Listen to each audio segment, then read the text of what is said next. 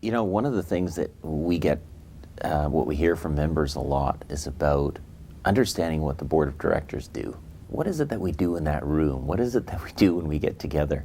So hopefully these videos or little snippets that we can provide will give them some insight into those discussions that we have at the board.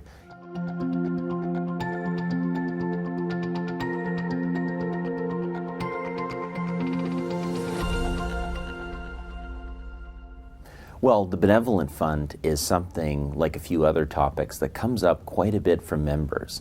So the Benevolent Fund has to do with members that will suffer from a critical illness.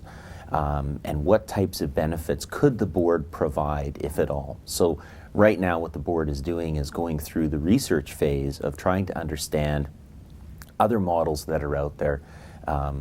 What is the cost of those models, and what's the benefit? And so how do we balance that and making sure that we come up with something that's reasonable in looking at that decision, whether or not we would do it or not.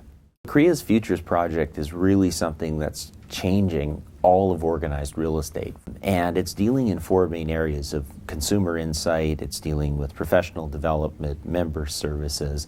Now we're at the implementation team stage. So a select group of people that CREA selected by nomination and by application have now come forward to implement some of these changes and look at how do we create the best teams possible to start moving forward and implementing change. So it's an exciting time. We'll see how that turns out.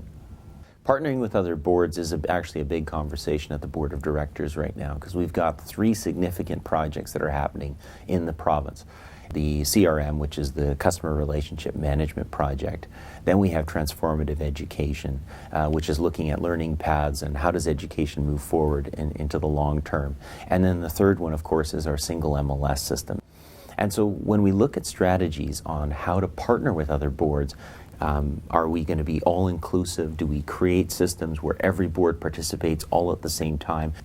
Do we look at systems where 2 or 3 boards would come together, start an idea, create a resource and a business model, and other boards would join later?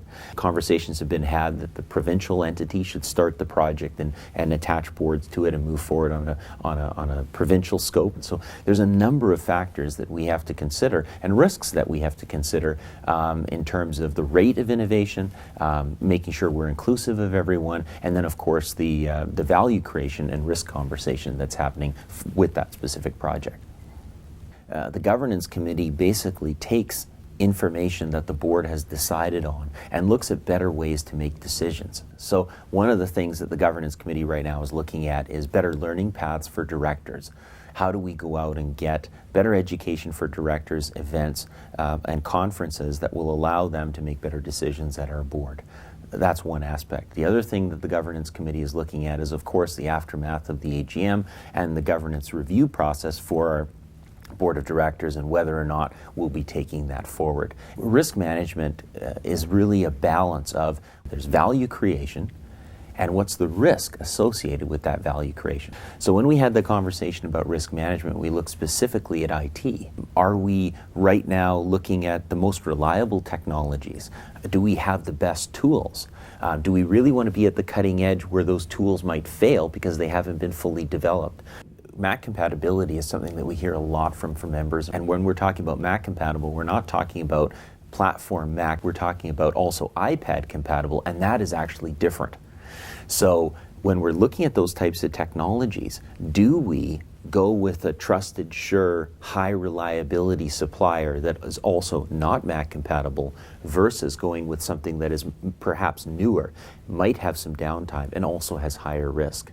At the very least, in the next level of our Fusion ML Exchange solution, it will be Mac compatible on the desktop version, but we still won't have as good Mac compatibility on the iPad and the mobile devices.